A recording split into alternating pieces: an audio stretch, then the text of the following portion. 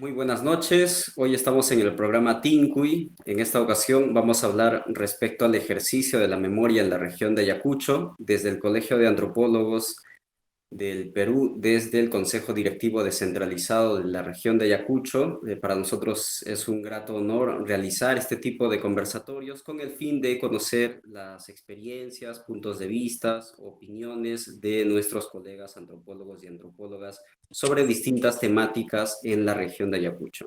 Hoy tenemos la participación de Gabriel Gómez Tineo, con quien vamos a conversar respecto al ejercicio de la memoria, justamente en un contexto muy marcado y significativo en la entrega de los 20 años del informe final de la Comisión de la Verdad y Reconciliación, y además en el mes de la memoria.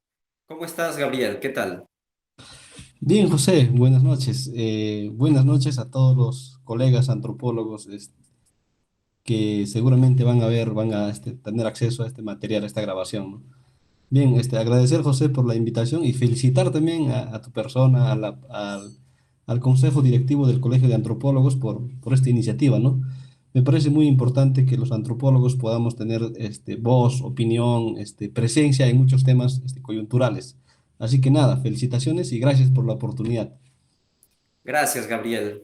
Bueno, quisiéramos conocerte, ¿no? Puedes presentarte, a lo mejor sobre. Cuéntanos mucho más ¿Quién al soy? respecto. ¿Quién soy? Bueno, voy a empezar diciendo yo soy, ¿no? Como el programa, ese programa televisivo.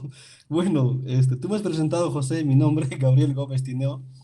Yo soy natural de Vilcasomán, de un distrito que se llama de Concepción, Ujú. pero de un anexo todavía que está en la parte alta, está a 3.900 metros sobre el nivel del mar. Se llama San Pedro de Tántar. Yo he nacido en ese pueblo, bueno, yo me acuerdo de mi infancia, pues viajaba todo el día, ¿no? Incluso llegaba al día siguiente, ¿no? Ahora se llega en hora y media, casi 2 horas, hora y media se llega a mi pueblo, ¿no? Bueno, yo nacido ahí, bueno, por la violencia política, pues, ¿no? Por el terrorismo. Yo estaba estudiando hasta segundo grado en mi pueblo y lastimosamente tuvimos que salir, escapando de la guerra y nuevamente me trajeron acá a la ciudad y acá en la ciudad nuevamente me hicieron estudiar, ¿no? Estudié en una escuelita en la escuela Gustavo Castro Pantoja, luego estudié en el Colegio Mariscal Cáceres, que dicho sea de paso, pues ya se viene su aniversario, ¿no? Y bueno, también soy san cristobalino, pues no, colegas, antropólogos. Pero también hice una segunda carrera, soy profesor, porque a mí me gusta también la docencia. También soy profesor de ciencias sociales, de educación básica regular, de secundaria, ¿no? Eso lo hice en la Universidad San Marcos, en Lima. Y bueno, también hice un posgrado sobre políticas sociales y gestión es vinculado al tema de gerencia, ¿no? También en la Universidad Nacional Mayor de San Marcos. Bueno, y mi experiencia laboral, básicamente yo me he dedicado trabajar vinculado a temas de derechos humanos, casi siempre. Trabajé en una ONG de derechos humanos con MISET, realizando investigaciones en desaparecidos, pero también trabajé en desarrollo, ¿no? Pero todo con enfoques que tienen que ver con derechos humanos. Por ejemplo, practicando bastante el tema del enfoque de derechos humanos, la memoria, la interculturalidad, género. Y ahora, pues, también ese nuevo enfoque, esta nueva metodología que están utilizando, el enfoque de las masculinidades para más o menos buscar una sociedad más equitativa, ¿no? Entonces, en ese campo estoy, José. Bueno, y ahora estoy trabajando, estoy colaborando en la institución, en la Dirección General de Búsqueda de Desaparecidos del Ministerio de Justicia, ¿no? Que me han llamado y ahí justo también soy parte del equipo. Bueno, ese es mi perfil a grandes rasgos, José. Gracias, gracias, Gabriel. Sí, una trayectoria inmensa, ¿no? Entonces, vamos a ir No tanto. explicando un poco cómo es tu acercamiento con los derechos humanos y principalmente con la memoria. Bien, José, mi caso es muy particular. Como yo había dicho al inicio, nosotros sufrimos, bueno, pérdidas familiares, ¿no? Fíjate que yo tengo un papá desaparecido. Es más, a mi papá yo no lo llegué a conocer. Desapareció en un 12 de agosto del año 84. Pero también tengo dos hermanas que han sido ejecutadas por militares, ¿no? En el mismo año, en el 84, en abril, justo cuando entraron a mi pueblo los militares, masacraron a mucha gente, ¿no? En ese lugar murieron, perdón, en esa fecha murieron 26 personas. Y mi papá desaparece después de unos meses en agosto del 84 y yo no lograba entender, ¿no? pero yo sufría mucho cuando veía a mi madre cómo lloraba, ¿no? Yo no entendía porque era muy pequeño, no entendía esa dimensión, ese sufrimiento, ese dolor que padecía mi madre. Y obviamente yo preguntaba como cualquier niño, ¿pero dónde está mi papá? Y me dice, tu papá está desaparecido. Pero también había esa esperanza de que mi papá algún día podría volver, ¿no? Porque yo me acuerdo que mi mamá decía, de repente tu papá va a volver, de repente está en otro sitio, de repente, porque se lo han llevado los militares y no aparece, ¿no? Entonces yo fui creciendo con esa idea ya en el colegio más o menos que me interesaba esos temas, ¿no? La violencia política, pero no sabía mucho. En la universidad empecé a entender mejor, digamos, esta dinámica, ¿no? Esta dinámica de dolor, de sufrimiento, esta dinámica de injusticias, esta dinámica de pérdidas que muchas familias habían sufrido, porque no solamente era mi madre, ¿no? Sino eran un montón de gente, o sea, estamos hablando, de acuerdo al informe final de la CBR, pues estamos hablando de casi 70.000 personas que habrían muerto. Entonces, ahí empezó a interesarme estos temas de derechos humanos. Pero para mi buena suerte, José, justo cuando yo terminaba la universidad, pues empezaba el ciclo de las prácticas. Y justo no sé cómo así yo llegué a una ONG de derechos humanos que justamente se dedicaba a hacer este tipo de trabajos. Y bueno, me dieron la oportunidad, Comiset me dio la oportunidad y empecé a imbuirme en estos temas y definitivamente ahí me quedé, ¿no? O sea, yo dije, por acá puedo ser útil, puedo aportar desde la antropología, desde las ciencias sociales, por este lado podría aportar y decidí quedarme en este campo, pues, de los derechos humanos, José. Claro, una vida bastante marcada con experiencias de incertidumbre respecto al dolor, procesos de duelo. ¿Y qué significa hacer memoria en una región con bastantes brechas sociales, donde todos estos recuerdos u olvidos aún siguen presentes en la vida cotidiana? Hacer memoria en Ayacucho, creo que es un reto enorme, José, ¿no? ¿Y qué significa? Yo creo que significa asumir una postura política y una postura ciudadana, ¿no? Porque solo aquellas personas que hacen memoria podrían tener esa reflexión crítica, ¿no? Por lo menos este conocimiento histórico, ¿no? Porque, bueno, memoria es pues recordar, la definición lo señala así, ¿no? Recordar lo que pasó, recordar lo que un episodio, un hecho, etcétera. Y cada persona tiene su propia memoria, ¿no? Entonces, Ayacucho fue pues el epicentro de la guerra, ¿no? De la violencia política. Según el informe final de la CBR, estamos hablando de casi un 40% de afectados, muertos, desaparecidos, con destrucción etcétera. Toda la afectación a nivel general, lo que ha ocasionado la guerra, dice que está concentrado en Ayacucho, ¿no? Entonces, cuando uno va, conversa con cualquier ayacuchano, no hay una persona que te diga que no sé, o sea, definitivamente todos hemos sido afectados, ¿no? Porque mucha gente dice, por ejemplo, yo tengo amigos que vienen de otras regiones, ¿no? Colegas, amigos, compañeros de trabajo, dicen, oye, cuando yo hablo con un ayacuchano, empezamos a hablar sobre estos temas, ellos dicen, yo también soy afectado, pero entonces empiezan a graficar niveles de afectación. Algunos dicen, no, no soy directamente afectado, pero he escuchado, mi vecino, mi tía, no, mi abuelito, no, no, aquella persona que conocía. El hecho de que esas personas hayan vivido en un contexto de mucha violencia, de muertos, desaparecidos, cochebombas, secuestros, entre otras cosas, de alguna manera evoca pues a señalar de que estas personas sí fueron afectadas. Entonces, en ese contexto, ¿qué significa hacer memoria?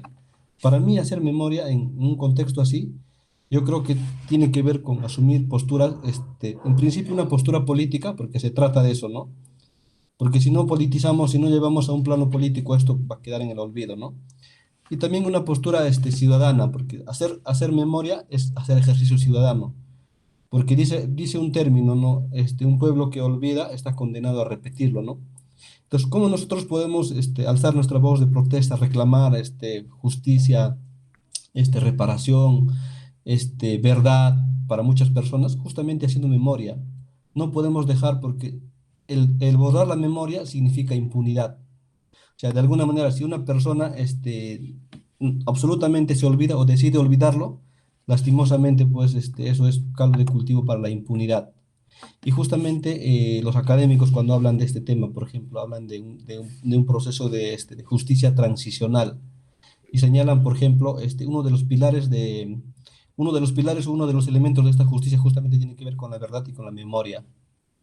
Si nosotros no hacemos el ejercicio práctico de la memoria, lastimosamente, pues no vamos a aprender nada y va a volver a repetir lo que ha pasado. Fíjate que han pasado más casi 40 años, o sea, del 80, estamos hablando más de 40 años en algunos casos, ¿no? Del 80, 90, 30, 40 años, y volvió a pasar, ¿no? Lastimosamente volvió a pasar hace poco, hace meses, ¿no? En el 15 de diciembre. Y no hemos aprendido nada. O sea, a pesar de que la Comisión de la Verdad ha recomendado, ha hecho una serie de recomendaciones, ha hecho pues que se hagan reformas institucionales, reformas en el sistema de justicia, que se hagan políticas, que se implementen estos programas de justicia transicional para garantizar una sociedad más justa, equitativa, donde se enseñe, por ejemplo, en cultura de paz, en memoria, en derechos humanos, a pesar de que es explícito esos documentos, no hemos aprendido nada. O sea, el Estado también seguramente no ha cumplido ese propósito y lastimosamente, pues, hemos observado lo que ha pasado, ¿no? A pesar de que ahora tenemos harta tecnología, por ejemplo, imagínate, José, en los años 80, cuando los militares empezaban a masacrar a la gente, como lo han estado haciendo en el aeropuerto en el 15 de diciembre, ¿no? Hay harta evidencia, la gente ha grabado, la gente ha registrado. Imagínate en los 80, donde no había nada de esas cosas, y ahí automáticamente van a surgir estas posturas negacionistas. Y ha habido estas posturas negacionistas, ¿no? O sea, la justificación con terruqueo y después el negacionismo. No, y de ahí se implementa, se genera una narrativa de posverdad, ¿no? Que eran terrucos, que eran que esto, que el otro. Entonces, lastimosamente no hemos aprendido. Entonces, en esa coyuntura, en esa lógica, yo creo que, repito con esto, José, termino, hacer memoria es asumir una postura política y asumir también una postura ciudadana. Solo así podemos garantizar una sociedad de paz, de reconciliación, de equidad, donde las personas sean conscientes y no se dejen engañar pues, por posturas radicales, imbuidos de ideologías, etcétera, ¿no? Eso José podría señalar, ¿no? Claro, ahora que señalas la continuidad de la violencia y que en determinados contextos el recuerdo, ¿no?, a veces se entrelaza con otros acontecimientos de vulneración de derechos, como recientemente sucedió el 15 de diciembre, ¿no? Entonces, ¿cómo podemos salir quizá de algunos clichés negacionistas o algunos que mencionan respecto a que recordar trae sufrimiento, trae dolor, sitúa a la persona que recuerda en una condición de víctima?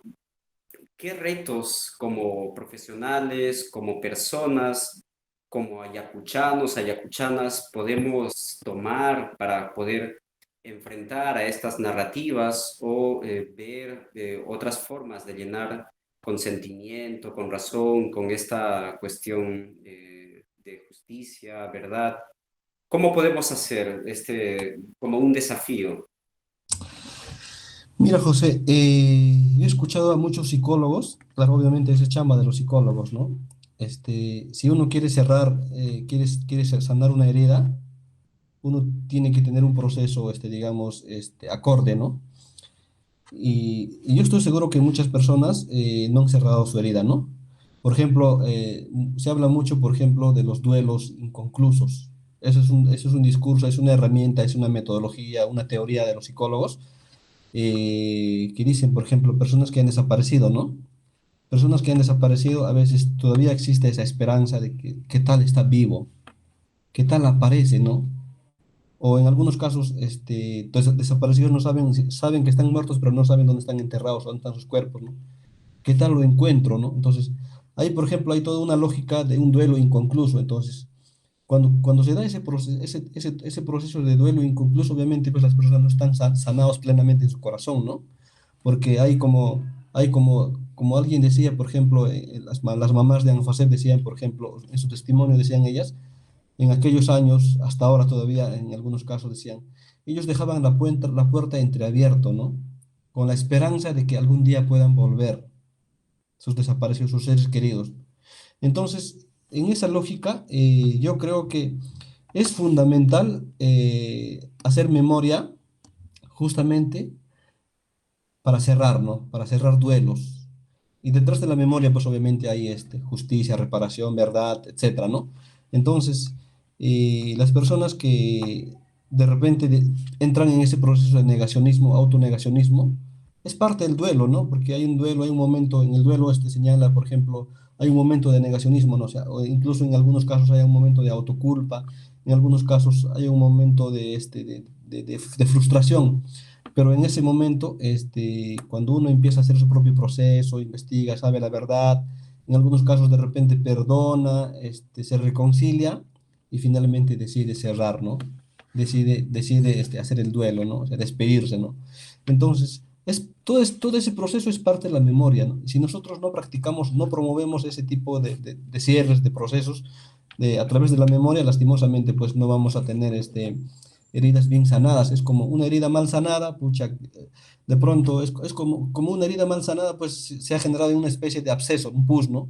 Tú lo tocas y automáticamente revienta y se revienta y se reactiva la enfermedad del cáncer, se podría convertir en un cáncer y podría matar.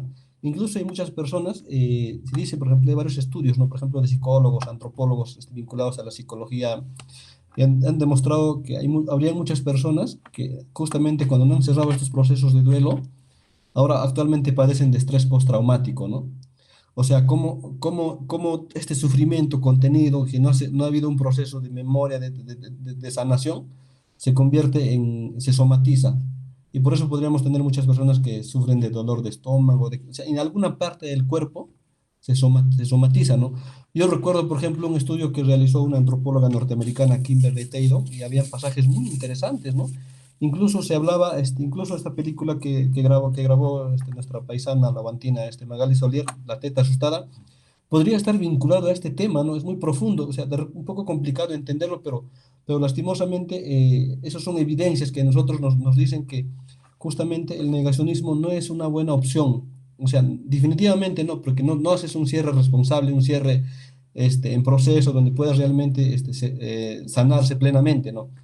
Y si eso es en el plano personal, José, ahora si nosotros lo llevamos a un plano político, lastimosamente, pues es otra realidad, ¿no? Porque en el plano político hay como una batalla por la memoria, o sea, quienes quieren imponer su propia verdad, quienes quieren dictaminar su memoria, su verdad, su información, ¿no?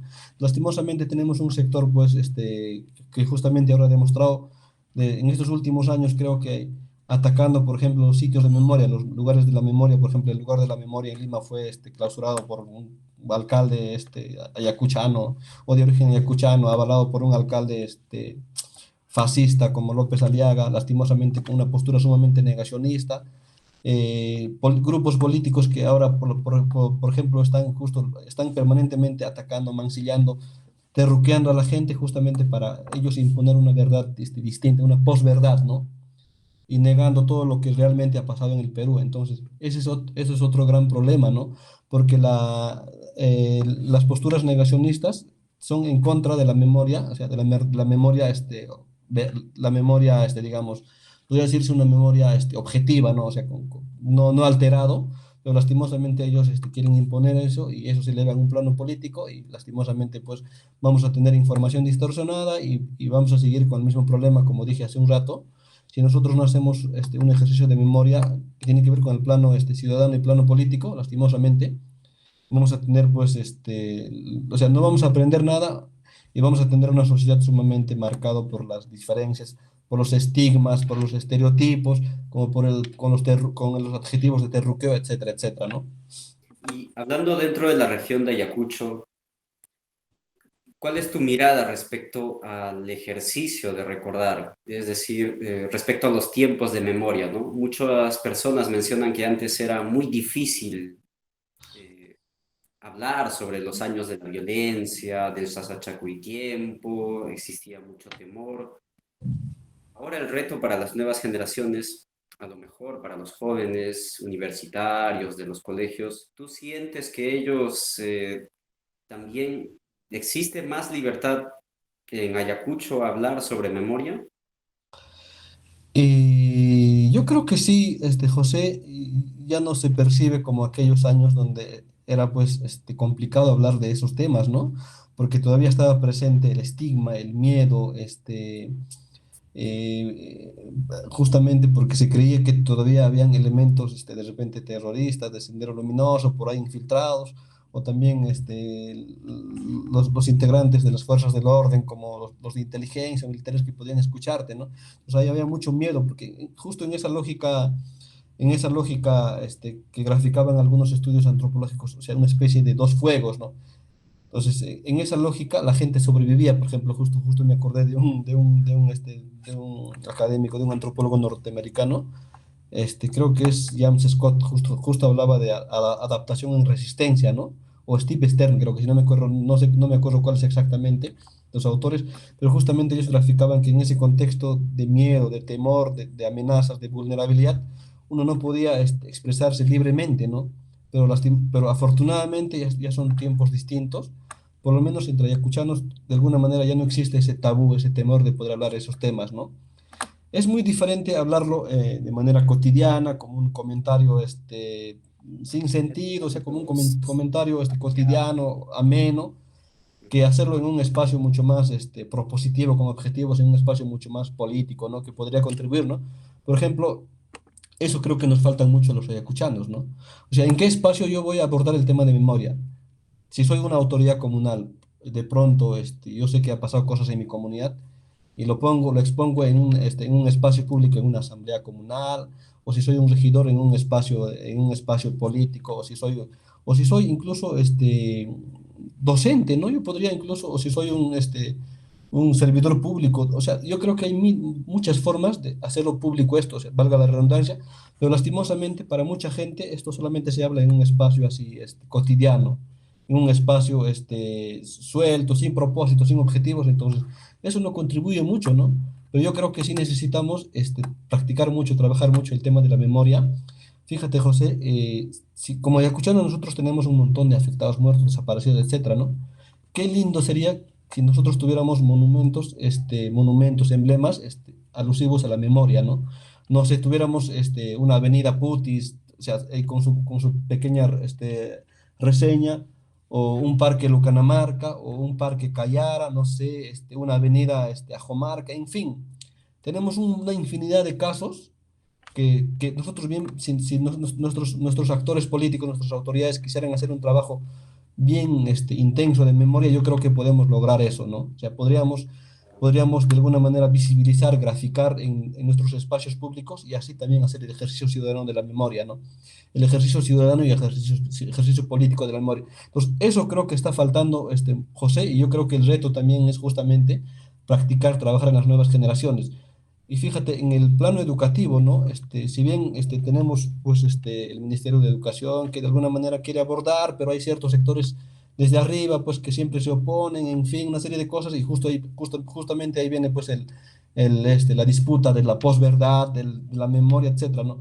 Pero en el plano local yo creo que también se puede hacer eso, ¿no? La DRE, la UGEL, ellos podrían diseñar sus propios instrumentos, ¿no? Sus propias currículas basados en esta lógica de la diversificación curricular, podrían abordar estos temas con un enfoque mucho más de paz, ¿no? De cultura de paz, de construcción de ciudadanía a través de la memoria.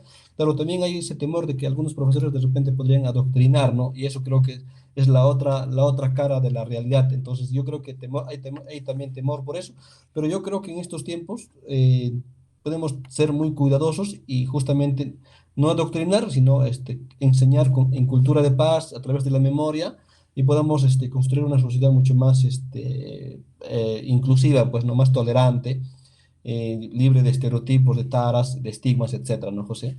Claro, respecto, mencionabas sobre las distintas formas como se hace el recuerdo, ¿no? Las formas de memoria. Eh, a lo largo de todo este proceso, desde la vida universitaria que llevaste hasta la actualidad, eh, ¿cómo consideras la aplicación de las políticas de memoria, si ha existido o no? Por ejemplo, la creación de lugares de memoria, los mandatos de hacer memoria, ¿no? Hay un colectivo que insiste en recordar, en hacer memoria, pero también mencionas de que estos esfuerzos muchas veces no están articulados o no tienen una resonancia política, ¿no? Y terminan siendo acciones quizá tan cotidianizadas, ¿no? Tan en un mismo formato y no lleva a como otros formatos en la forma de recordar, ¿no? Y además, respecto a cómo la cultura puede ser un potencial para poder transmitir como un vehículo de memoria sobre algunos acontecimientos, no solo el hecho tal cual, sino también cómo a partir de en esa narrativa de recordar también se imprime la identidad, la apuesta política, a lo mejor en los retablos, en las tablas de Sarwa. ¿Cómo ves todo este proceso a lo largo de estos 20 años, imaginemos? Eh, Han pasado 20 años, ¿no? Qué rápido pasa el tiempo, ¿no? Yo me acuerdo, en el 2003 creo que había mucha expectativa y mucha gente decía, esto se va a saber, ¿no? O sea, y decían, oye, el Estado tiene que sanar, tiene que reparar, tiene que haber justicia, en fin, una serie de cosas, ¿no? Y han pasado 20 años y, claro, sí se debe reconocer, hay avances importantes desde el Estado, ¿no? Por lo menos en tema de reparaciones, en tema de búsqueda de desaparecidos. Justamente hace poco ha habido sentencias bien importantes, ¿no? De perpetradores, ¿no? Por ejemplo, el caso Cayara, por ejemplo, hubo una sentencia, ¿no? El caso Liusita, el asesinato del periodista Hugo Bustius también ha sentenciado a un personaje. Entonces, yo creo que hay avances importantes de alguna manera, ¿no? Hay personas muy buenas, operadores de justicia, magistrados, que están chambeando, ¿no? Están dando con la verdad y están haciendo justicia. Eso creo que es muy importante, ¿no? Ha habido instituciones, ONGs, por ejemplo, de derechos humanos que han hecho mucho por los familiares de los desaparecidos, de los asesinados, de los ejecutados, ¿no? Podemos mencionar a Comiseta, PRODE, Paz y Esperanza, EPAF, etcétera, una serie de ONGs que han trabajado, ¿no? Tenemos también en el Estado un equipo especializado especializado en forense, ¿no? Tenemos fiscalías especializadas que vienen investigando, vienen trabajando. O sea, yo creo que hay cosas muy buenas, ¿no? A nivel institucional, yo podría señalar, pero también a nivel político, a nivel social, creo que todavía falta bastante, ¿no? Si bien en Ayacucho tenemos en proceso de construcción un lugar de la memoria, un santuario de la memoria en La Hollada, ¿no? Claro. Es el lugar de mucho dolor, de mucho sufrimiento, donde muchas personas habrían sido traídos pues, de diferentes sitios, ¿no? De todo Ayacucho, incluso he escuchado relatos que hasta podrían haber traído de Lima, ¿no? O sea, qué loco, ¿no? De todos los lugares traían y horneaban a la gente pues en ese lugar en La Hollada, ¿no? Y a pesar de todo eso, todavía yo creo que, mira, han pasado 20 años, ¿no? ¿Cuántos gobiernos regionales han pasado? Ministerios, ¿cuántos estados han pasado? Y a pesar de que Ayacucho es el emblema, digamos, el epicentro de la guerra, de la violencia, no tenemos un lugar emblemático de memoria, ¿no? O sea, Lima lo tiene, Junín también lo tiene, y otras regiones también lo tienen, creo. Junín creo que es después de Lima la segunda región que tiene un lugar muy bonito, muy emblemático de memoria, pero Ayacucho, Algo así, pese a que sí. haber sido el centro, no tenemos, ¿no? Y se está construyendo ahora, pero todavía hay riesgos de paralización de obra, ¿no? Que falta una cosa, que siguen encontrando restos, en fin, una serie de cosas, ¿no? Y eso es una muestra, pues, de que realmente todavía falta trabajar mucho, ¿no? Falta mucho. Claro, tenemos como una iniciativa privada el Museo de la Memoria de Anfasep, ¿no? Creo que es el único lugar donde se puede ver qué es lo que ha pasado. O sea, de alguna manera cuando uno llega a Anfasep, te muestra, te grafica, ¿no? Pero no existe otro lugar en Ayacucho. En Ayacucho deberían tener, por lo menos cada distrito urbano debería tener un lugar de la memoria. Los sitios emblemáticos, los sitios donde hubo mayor ocurrencia, por ejemplo, en Lucanamarca, en Soras, en el caso Cabanino, en Putis, en ¿cómo se llama? En Oreja de tantos lugares que se puede describir, por lo menos sus autoridades deberían hacer algo, ¿no? Por lo menos deberían tener en la capital del distrito, por lo menos, no sé, un pequeño diseño de memoria, no sé, una reseña, qué sé yo, hay muchas formas creo que de graficar la memoria. Y eso, pues, lastimosamente es evidencia de que todavía falta trabajar mucho. Y eso tiene que ver también como digo, con esta categoría que utilizan mucho, con la perspectiva, con el paradigma de vida, ¿no? Y lastimosamente en nuestra lógica, en nuestra cultura, pues el paradigma de vida de la paz todavía no es parte de mucha gente. O sea, mucha gente no lo ve que es importante, como los alemanes después de la Segunda Guerra Mundial, pucha, empezaron ellos a proyectar, es decir, no, tenemos que buscar la paz, la reconciliación, para que no se repita y tenemos que trabajar fuerte el tema de memoria como una política pública. Pero en el Perú no pasa eso. Todavía falta mucho por trabajar. Y lo que señalabas también, José, vinculado al tema cultural, al tema artístico, y tenemos un montón de cosas, ¿no? Imagínate, José, y haciendo un poco ya monetarista, mercantilista, yo Entiendo. estoy seguro que si tuviéramos un super museo de la memoria acá en La Hollada, bien moderno, así como se ha proyectado, yo estoy seguro que tendríamos mayor presencia de turistas. O sea, no solamente ofrecería pues Ayacuchos, Huari, Quinoa, Pampas de Ayacucho, ahora atractivos naturales, ¿no? Como Milpo, no sé, otros lugares, ¿no? Sino tendríamos la oportunidad de ofrecer también a la gente para que conozca nuestra historia, para que conozca nuestra historia reciente de dolor, de muerte, de sangre, ¿no? De desaparición, ¿no?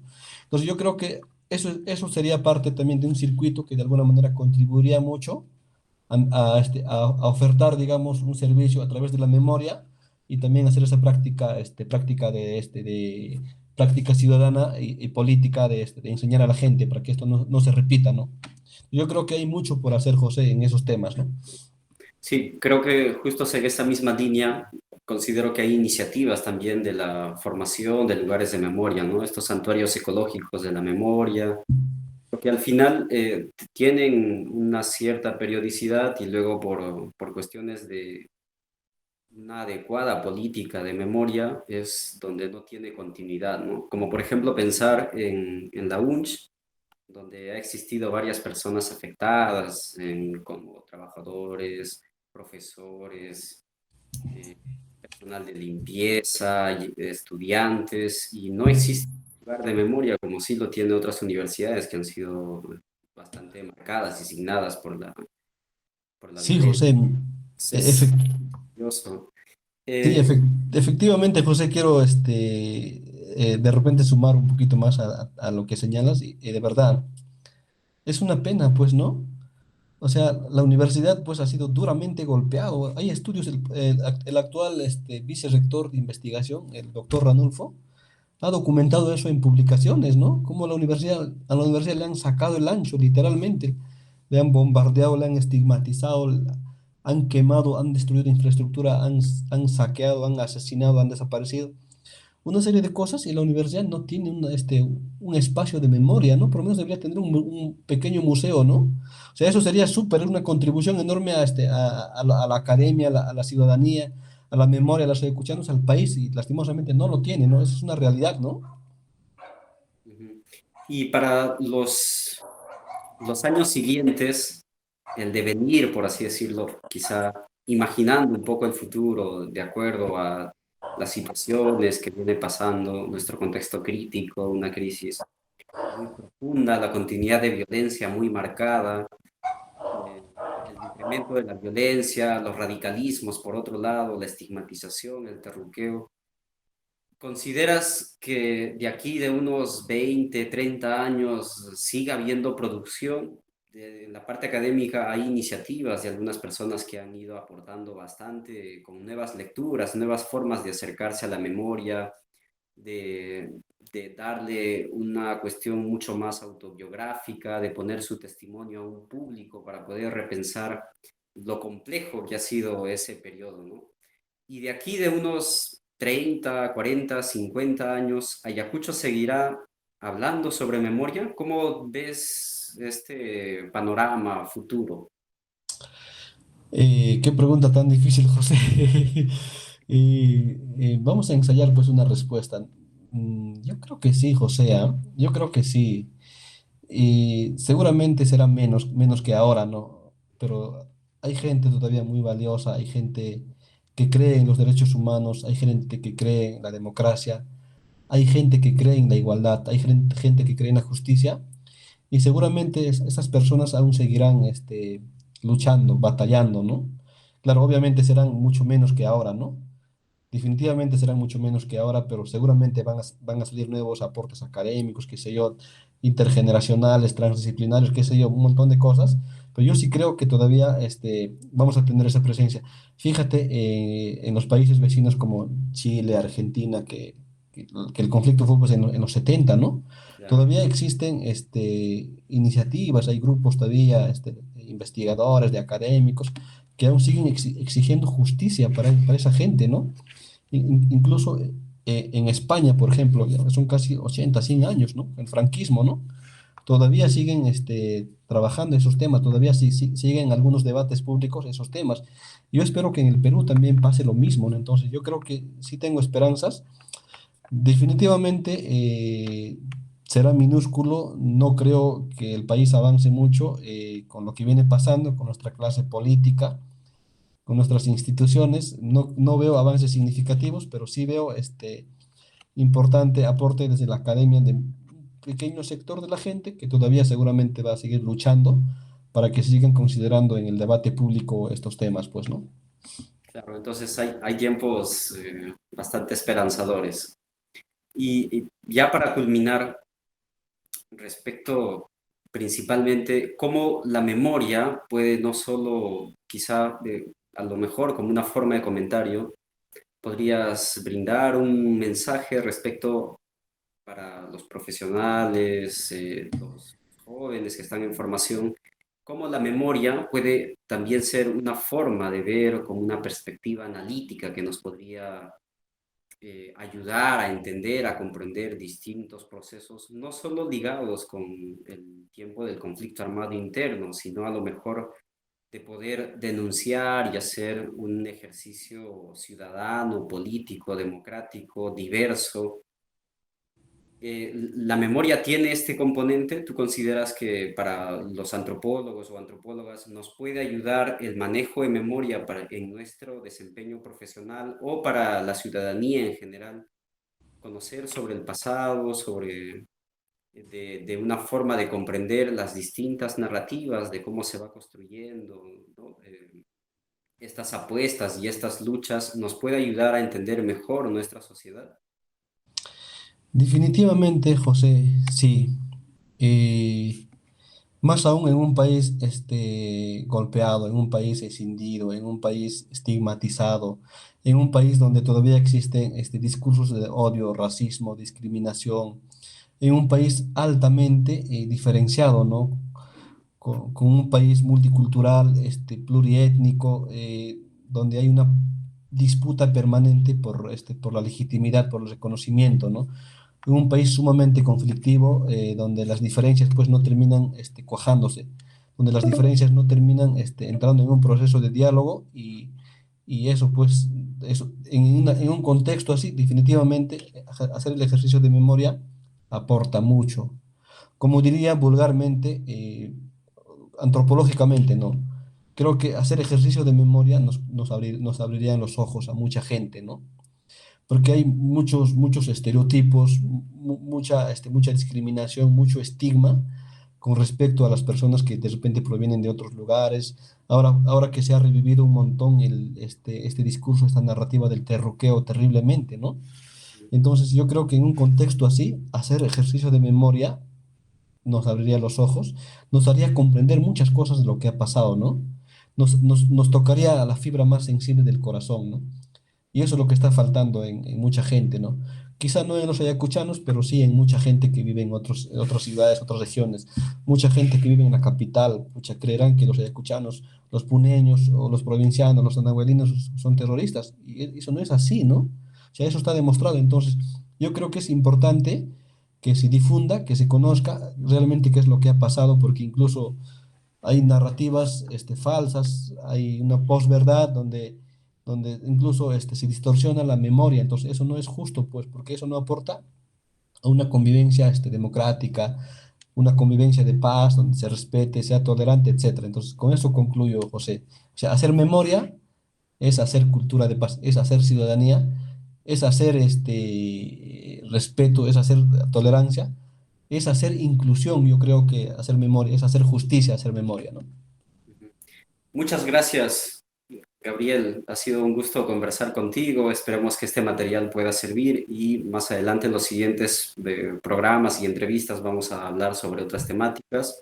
Agradecemos desde el Colegio Profesional de Antropólogos del Perú, desde el Consejo Directivo Descentralizado de la región de Ayacucho, la participación de Gabriel Gómez Tineo, que hoy hemos conversado respecto al ejercicio de la memoria en la región de Ayacucho, ¿no? Es un mes bastante marcado y de vital importancia para Ayacucho porque se celebra los 20 años de la entrega del informe final de la Comisión de la Verdad y Reconciliación. Y además en agosto existen múltiples actividades. Aquí voy a hacer un poco de cherry. Les invito a todas las personas, ¿no?, que puedan también involucrarse, si no han tenido estas experiencias, puedan dar otra oportunidad más para acercar a un hecho bastante doloroso, ¿no?, y que nos puede servir también como una herramienta de repensar nuestra ciudadanía. Gracias, Gabriel. Un fuerte Saludos, José. Saludos, Tupananchikama. Panachikama, Punchaucama, Wauhi Panicuna. Chaucama.